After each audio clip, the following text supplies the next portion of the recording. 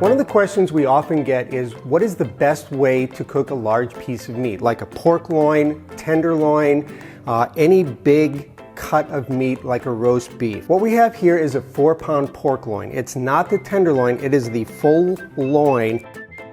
And what I like to do is unwrap it, put it in the refrigerator overnight, uncovered. The reason being is it's going to help dry the skin out a little bit, which is going to help us in the end get a nice brown coating. The second thing I like to do is after it comes out of the refrigerator, I like to let it sit for about an hour before I'm putting it in the oven. It lets the roast come up to about room temperature, making it cook a little bit more evenly when it's in the oven. Another trick for even cooking is to tie your roast. To tie your roast very easily, just take some kitchen twine. I usually start at the end. The easiest thing to do, I found, is make another loop and then a third one. That way when you pull it tight, but not too tight, it'll give you a couple of seconds to tie the second one and secure the whole thing. So we've got the loin all tied up, and like I said, that is an optional step, but it does help it cook more evenly. So now we're about an hour before I'm going to put it in the oven. So I'm going to just liberally coat it with kosher salt.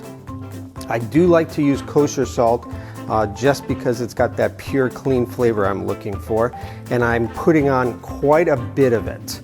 And because it's not going to reach the inside of the pork, and so we want to have a nice seasoned outside, and it's going to help draw some of the salt in, but it's not going to fully penetrate all the meat.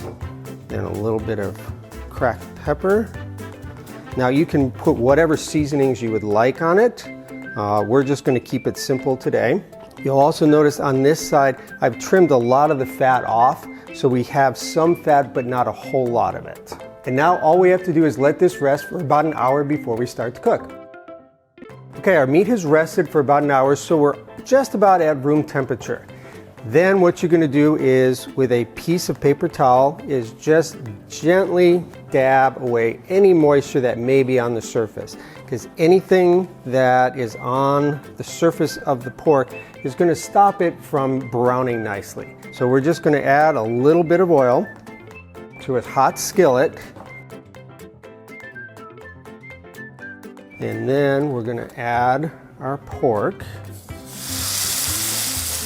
And we're just going to sear this on all sides, including the ends. And that'll give us a nice golden brown color before we even get into the oven.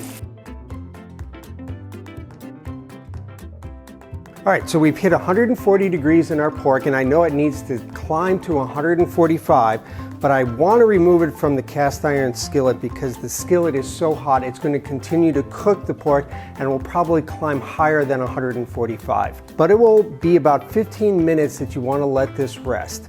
The reason being, if you slice it now, all the juices that are inside are going to just come pouring out. So by letting it sit for 15 to 20 minutes, those juices are going to redistribute and stay within the roast.